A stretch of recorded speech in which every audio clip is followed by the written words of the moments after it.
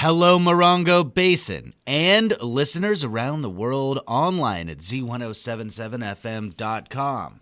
Here is the Z107.7 Local News for Thursday, May 14th, 2026.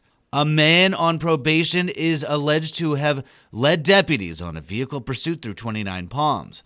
On Sunday at around 5 p.m., San Bernardino County Sheriff's deputies attempted to conduct a traffic stop on a Ford F-250 near the intersection of Amboy Road and Adobe Road in 29 Palms. Deputies say the vehicle was traveling at a high rate of speed. They say that the vehicle did not stop and continued at high speeds east toward Wonder Valley. Deputies say that the vehicle stopped on Raymond Drive near Indian Trail. They identified the driver of the truck as Daryl Chavez, 57, who was found to be on probation. Daryl Chavez was arrested on suspicion of evading law enforcement with disregard to public safety and violating the terms of his probation. He is being held at the West Valley Detention Center on $130,000 bail. Since January, the Morongo Unified School District Enrollment Committee has been meeting to create a set of recommendations for the Board of Directors on what to do about decreased enrollment at elementary schools in the Morongo Basin. It was expected that at least part of those recommendations would include closing and consolidating one of those schools, but all that changed at last night's meeting. Online news editor Robert Hayden picks up the story from here. Last night's MUSD enrollment meeting was supposed to have one thing on the agenda, recommendations from the committee to the board on what they think they should do with surplus properties within the district. That item was a holdover from the April 29th meeting, which led with public comments from parents, students, teachers, MUSD faculty members, 29 Palms council members, and other high desert residents, showing up to speak out for over 2 hours on the possible closure of elementary schools in their area. It got emotional at times with impassioned pleas for the committee to reconsider recommending any closures at all. That meeting was ultimately cut short, possibly due to the amount of time and public comment, along with the very vocal and passionate crowd that would frequently interrupt the committee when addressing agenda topics. A more subdued crowd filled the room at Joshua Tree Elementary School last night, though their public comments weren't any less emotional. First up to speak was longtime Landers resident and business owner Chris Gubler, who told the committee he was one of the first residents who lobbied for Landers Elementary School, and he believes that schools are the cornerstone of every community. That sentiment would carry through many of the comments last night, like Cordelia Reynolds, who said she didn't want to see any of the schools close, but losing Landers Elementary would be particularly painful for the small rural community. We must recognize that saving Landers Elementary is more than just saving a school. It is about saving the heart of Landers itself. Folks spoke up for Palm Vista Elementary as well, like former substitute teacher Heather Drake. She praised the staff and teachers and said that the students feel like they're at home there. She asked the committee not to disrupt that balance. Palm Vista Dean of Students Elizabeth Rodriguez says she's been at every enrollment meeting since January and commended the enrollment committee for taking on what she says is an impossible task, given the amount of time they've had to receive and review information that is vital in making an informed recommendation. For others, it came down to simple economics. Kaylee Neiman reminded the committee that while enrollment is down right now, remember that each student adds $10,000 to the general fund annually. If MUSD enrolls just 100 more students, that's 1 million more. We appreciate that you've taken Friendly Hills and Morongo off the table, but MUSD has the money to keep Palm Vista and Landers open too. Your current draft of recommendations attached to tonight's agenda still recommends closing these two schools. Why?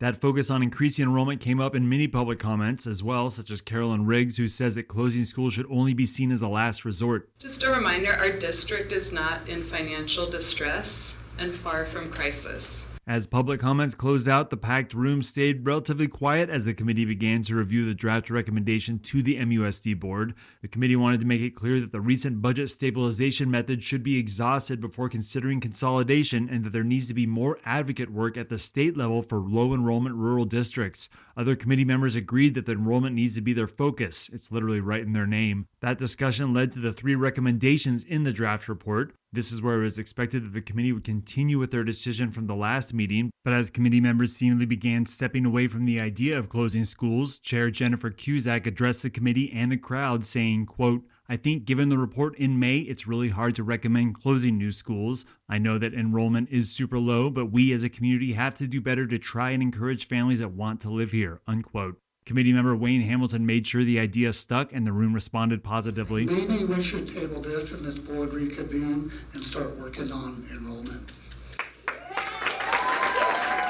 Things moved pretty quickly after that, with school consolidation recommendations replaced with a recommendation to pursue state funding and figure out how to increase enrollment and in hand increase revenue. With the dissolution of school closure recommendations, the task of looking at surplus properties was also struck. The enrollment committee agreed to finish the new draft in the coming weeks for the June 9th presentation to the MUSD board.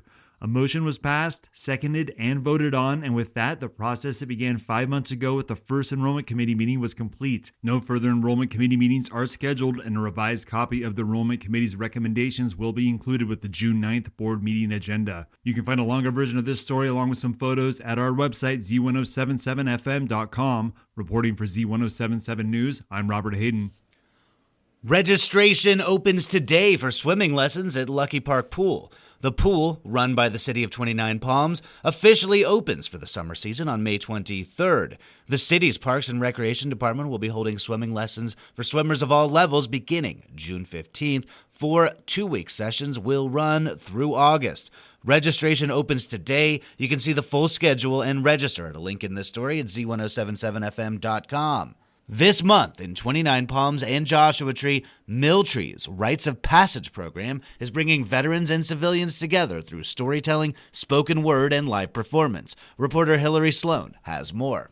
After a retreat, writing workshops, editing sessions, and performance coaching, participants in Milltree's Rites of Passage program are preparing to share their personal experiences with the public at 2 live spoken word events. The performances blend storytelling, poetry, and live music to bridge the military-civilian divide through creative expression. The first event is on May 14th at Ground Squirrel in 29 Palms. A second performance will be held on May 28th at the Z Club in Joshua Tree. Participants include veterans and civilians reflecting on service, hardship, healing, travel, family, and personal transformation. Podcast producer Dawn Davis has been observing the process from the beginning. She says watching the performances come together over several months has been powerful.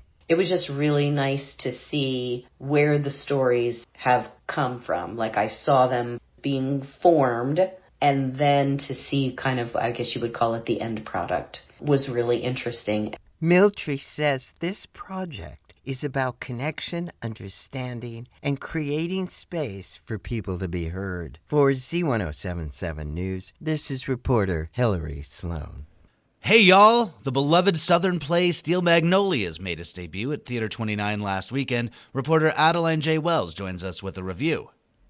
I had the pleasure of attending the opening night of Theater 29's production of Steel Magnolias, directed by Lisa Hodgson. The play by Robert Harling opened off-Broadway in 1987, and productions have run around the world. It has been adapted several times for the screen, including a 1989 Academy Award-nominated production with an all-star cast. Set in a small Louisiana community in the 1980s, the storyline explores the bonds between 6 women as they navigate life's seasons and trials. Described as a dramedy, the play eloquently blends humor with dramatic themes. The entirety of the show is set inside Truvy's beauty parlor, which serves as a home away from home for the characters. Hooded hairdryers, vanities, and a plastic card table decked with magazines transport the audience to the 80s in all its glory. The costumes reflected the many patterns and styles of the decade as well, from rocker chic garb to terry bathrobes, smart skirt suits, leopard print, and of course, big hair. The women answered phone calls on both a corded and a cordless plastic phone, and Patty Brown's voice danced on the radio waves to announce hit tracks from the era, including Dolly Parton's iconic I Will Always Love You in the final scene.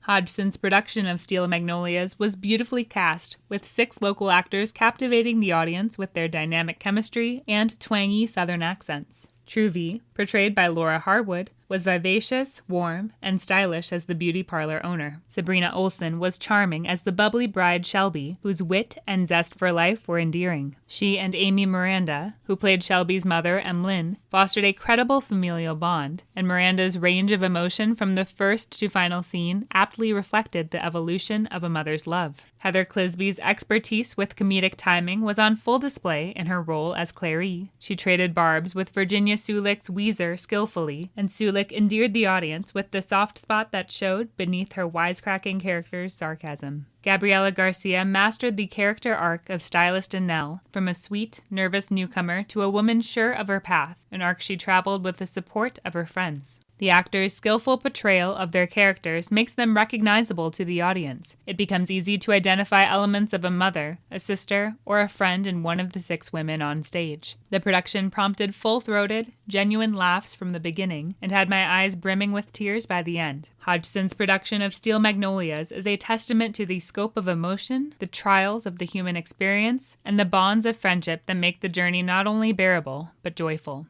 Steel Magnolias continues its run at Theater 29 through May 24th. Performances run at 7 p.m. on Friday and Saturday evening and at 2:30 p.m. on Sunday. Tickets are available for purchase online at theater29.org or by calling the Theater 29 box office at 760-361-4151. Reporting for Z107.7 News, this is Adeline J. Wells. And finally, Harrison House in Joshua Tree offers a fascinating blend of offerings throughout music, arts, and ecology. Among their many varied events is an upcoming symposium about youth ecological education that they're doing in association with the Morongo Basin Conservation Association. On tomorrow's episode of the Z107.7 Up Close show, the Harrison House's Eva Soltis will be joined by Pat Flanagan from the MBCA to talk with host Gary Daigneault about the symposium and their cultural programming. Find out about the Harrison House tomorrow morning on the Z107.7 Up Close show, tomorrow at 10 a.m. That's our local news. Hear local news 7 times a day, 7 days a week at 7, 8, 9, noon, 4, 5, and 6. Reporting for the Morongo Basin News Leader, the award-winning Z107.7 Local News, I'm News Director Jeff Harmatz.